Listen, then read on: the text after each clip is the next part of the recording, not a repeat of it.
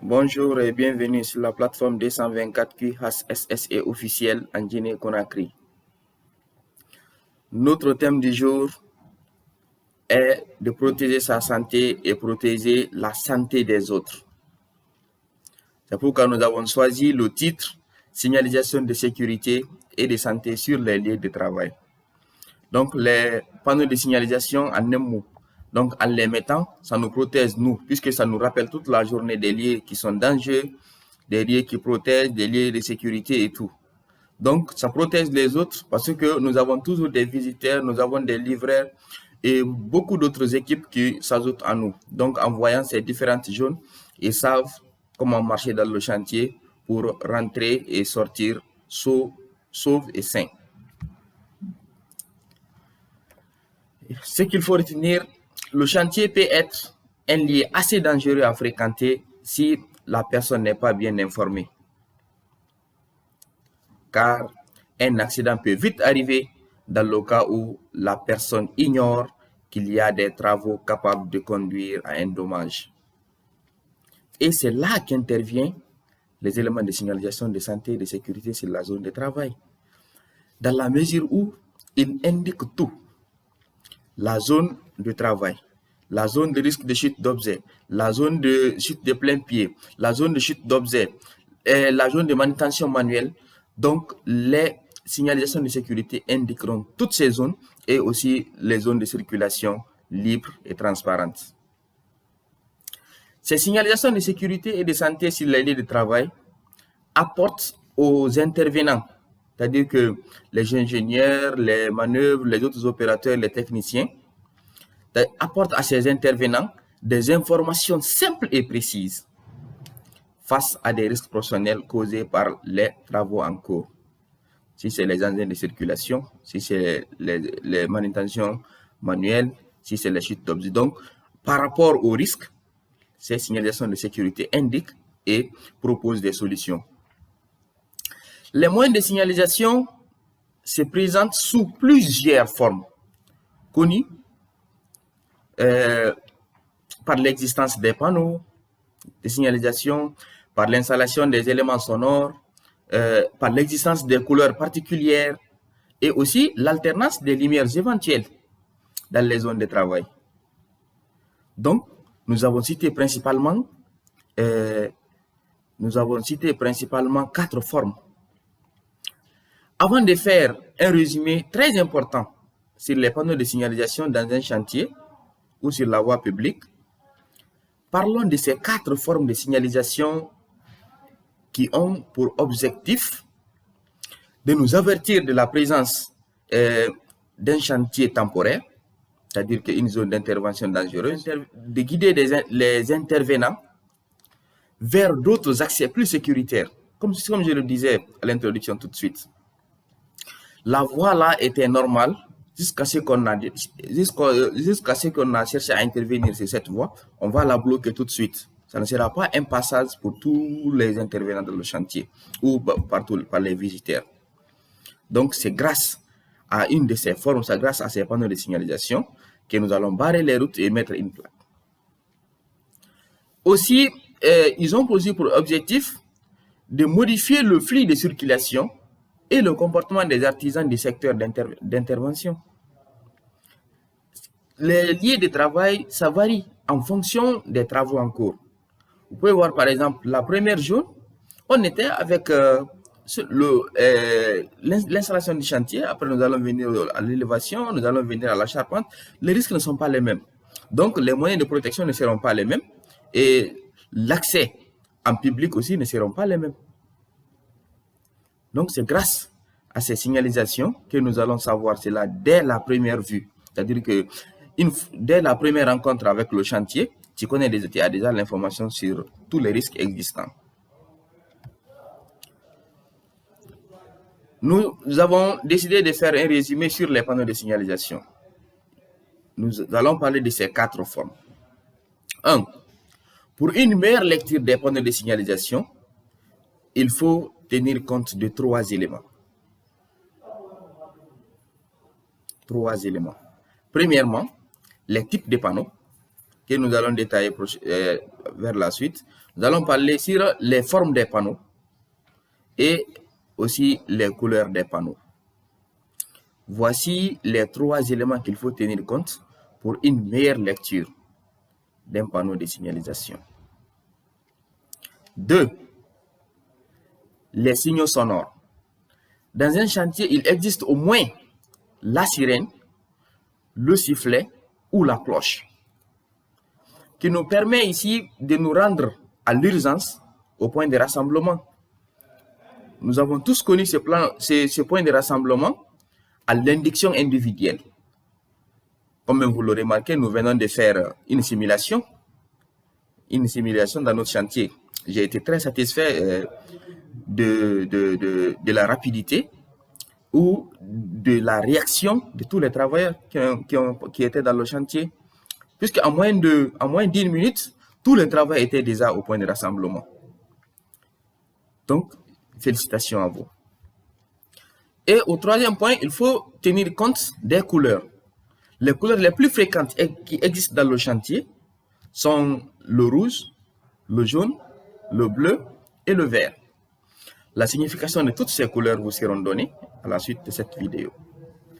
Et aussi, au 4e, nous allons parler sur les lumières, les feux tricolores ou les bandes réfléchissantes. Nous allons passer tout le temps avec ces 4 éléments dans le chantier qui constituent ici les panneaux de signalisation. Donc, pour le petit résumé, nous allons faire un petit résumé. Il faut retenir qu'il existe 4 types de panneaux. C'est-à-dire que j'ai promis tout de suite de faire un détail là-dessus. Il faut 4 types de panneaux, voire 5 si on va plus loin.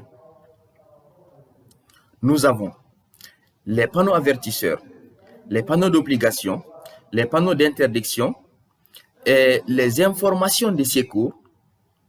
Et enfin, nous pouvons augmenter la protection contre l'incendie. Voici les 5 types qui existent. Ils sont très importants. Pour lire un panneau, il faut tenir compte de la forme du panneau auquel tu fais face et de la couleur. Nous avons parlé de beaucoup de couleurs précédemment. Nous allons commencer tout de suite par la forme. La forme est soit triangulaire, ronde ou carrée. Voici les 3 formes qui existent. Ça, c'est pour le monde entier. À quel moment il faut parler d'un panneau triangulaire? À quel moment il faut parler d'un panneau qui est rond ou d'un panneau qui est carré? Donc, si 2 types de panneaux peuvent avoir la même forme, il faut que la couleur soit là pour faire la différence. Avant de rentrer dans les détails des pictogrammes, qui sera l'objectif de notre réunion suivante sur cette même plateforme, il faut retenir que si la forme du panneau est triangle et la couleur est jaune, nous sommes en face d'un panneau avertisseur. Il nous avertit d'un danger potentiel.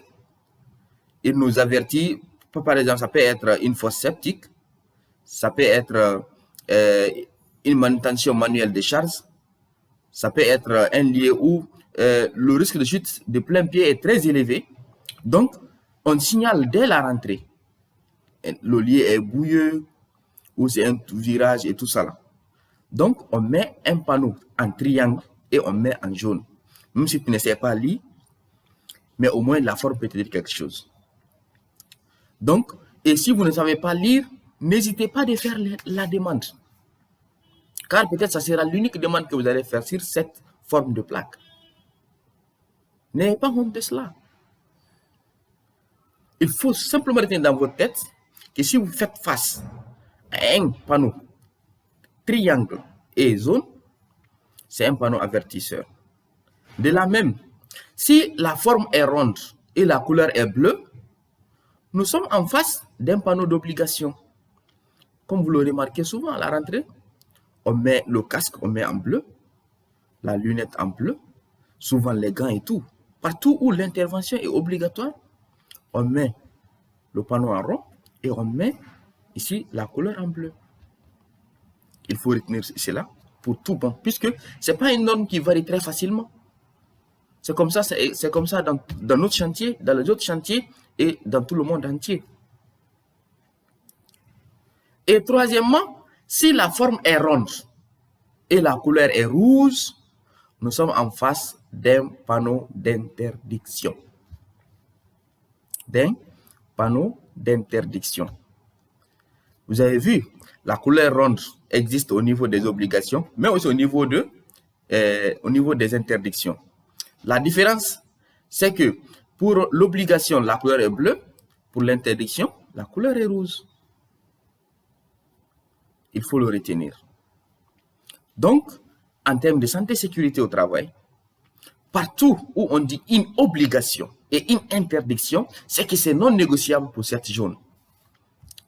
C'est ce qu'on appelle souvent dans le langage courant, il n'y a pas match, où on attend 3 résultats, soit match nul, soit défaite ou le gain. Ça n'existe pas en santé et sécurité. Lorsque la couleur est bleue, c'est une obligation, on ne peut pas le négocier. Et lorsque la couleur est rouge, c'est une interdiction, il n'y a pas de négociation. De même, la quatrième forme, si la forme est carrée et la couleur est verte, nous sommes en face d'un panneau d'information de secours. Soit c'est l'issue de secours, soit c'est l'accès de circulation qu'il vous montre, soit c'est le lieu de rinçage des yeux pour certaines zones de travail, il faut le prévoir. Là où on peut avoir, là où nous sommes exposés au risque de projection des liquides sur les yeux souvent. Donc, du coup, il faut connaître les informations de secours en les reconnaissant. Souvent, on met la forme en carré, et toujours on met la forme en carré et la couleur est verte. Et nous allons voir encore la suite tout de suite. Si la forme est carrée et la couleur est rouge, nous sommes en face d'un panneau de lutte contre incendie. Donc, nous avons vu les deux cas. Nous avons détaillé le premier cas. Deuxièmement, vous avez vu encore le carré revient 2 fois. La seule différence est que si la couleur est verte et la couleur est rouge. Si c'est verte, nous venons dire qu'il nous donne ici les informations de secours. Et si c'est rouge et que le panneau est carré, cette fois-ci, c'est la protection contre l'incendie. Il ne faut pas voir seulement le rouge, tu dis que ça c'est l'interdiction. Peut-être que tu as quelque part un extincteur qui peut t'aider à éteindre le feu auquel tu fais face, mais tu dis, là-bas, c'est vraiment une interdiction. Si je vais là-bas, c'est dangereux en santé et sécurité. Il faut savoir lire. Et c'est ça notre objectif ici. Mais malgré tous ces risques, malgré toute cette difficulté de lecture de ces différents panneaux, nous avons les comportements à adapter qui sont simples à retenir et faciles à appliquer pour favoriser le travail jusqu'à la retraite sans accident ni dommage. Il faut rappeler que depuis que notre chantier a commencé, nous maintenons notre objectif de 0 accident. Le plus important, c'est aujourd'hui jusqu'à la fin du chantier. Il faut simplement, les mesures de prévention, il faut simplement respecter les messages de la signalisation. Soit on t'avertit, on oblige, on interdit ou on t'informe pour ta sécurité, mais quelquefois, on peut te montrer où se trouvent les éléments de lutte contre l'incendie qui peut arriver dans beaucoup d'autres chantiers. Par la suite, il faut apprendre à reconnaître la signification des panneaux de signalisation. À chaque fois que tu vois le panneau est carré et rouge, sache que oui, ici c'est lutte contre incendie. Chaque fois que c'est rond et rouge, ici c'est une interdiction. Chaque fois que c'est carré et vert, là c'est une signalisation de secours qui est là. Il faut apprendre à reconnaître la signification. Mais aussi, il faut maintenir les panneaux propres et visibles en permanence. Il ne faut pas que la plaque soit installée pour une zone, par exemple, bouilleuse. À chaque fois que les véhicules viennent se heurter à l'eau qui est stagnée, la plaque est sale et on laisse cette plaque comme ça. Il dit que bon, on a mis la plaque. La plaque n'a pas de bouche pour parler à tout moment. C'est la lecture de cette couleur-là qui va sauver. Donc, il faut maintenir toujours les panneaux propres et visibles en permanence. Et par la suite, il faut être vigilant en présence des panneaux. Donc, la vigilance, nous l'avons détaillé. Quand tu vois, tu n'as pas compris le message que la plaque te passe, que le panneau de signalisation te passe, il faut approcher un subordonné, il faut approcher un supérieur, il faut approcher un connaisseur de cette zone pour qu'il t'explique le danger auquel tu es exposé. Le zéro accident n'est pas facile à obtenir. Il faut la conscience de tous les travailleurs. Pour terminer cette vidéo, j'insiste là-dessus. Il faut apprendre à reconnaître la signification des panneaux de signalisation en fonction des pictogrammes indiqués pour le bien de tous. Un petit bonus de la vidéo qui doit venir après cette réunion de sécurité, c'est-à-dire la connaissance des caractéristiques qui démontrent ce qui est interdit, ce qui avertit, les mesures de sécurité ou ce qui oblige. Je parle bien des pictogrammes que j'ai déjà programmés. Prenons par exemple les caractéristiques des pictogrammes de sécurité qui démontrent ce qui est interdit. Lorsque vous remarquez ces 3 points à la fois, une forme ronde et un pictogramme noir sur fond blanc, où la bande rouge descend de gauche à droite à 45 degrés. La couleur rouge doit recouvrir au minimum 35% de la surface du panneau. C'est ça un panneau qui est interdit. Vu notre temps que nous avons promis est déjà dépassé largement, nous allons programmer ces pictogrammes pour la suite de notre vidéo. À bientôt. Je vous demande de faire des critiques, des suggestions et les recommandations des différents thèmes que vous désirez recevoir de la plateforme. Mais aussi, n'hésitez pas de faire les partages. À bientôt pour une nouvelle vidéo. Merci.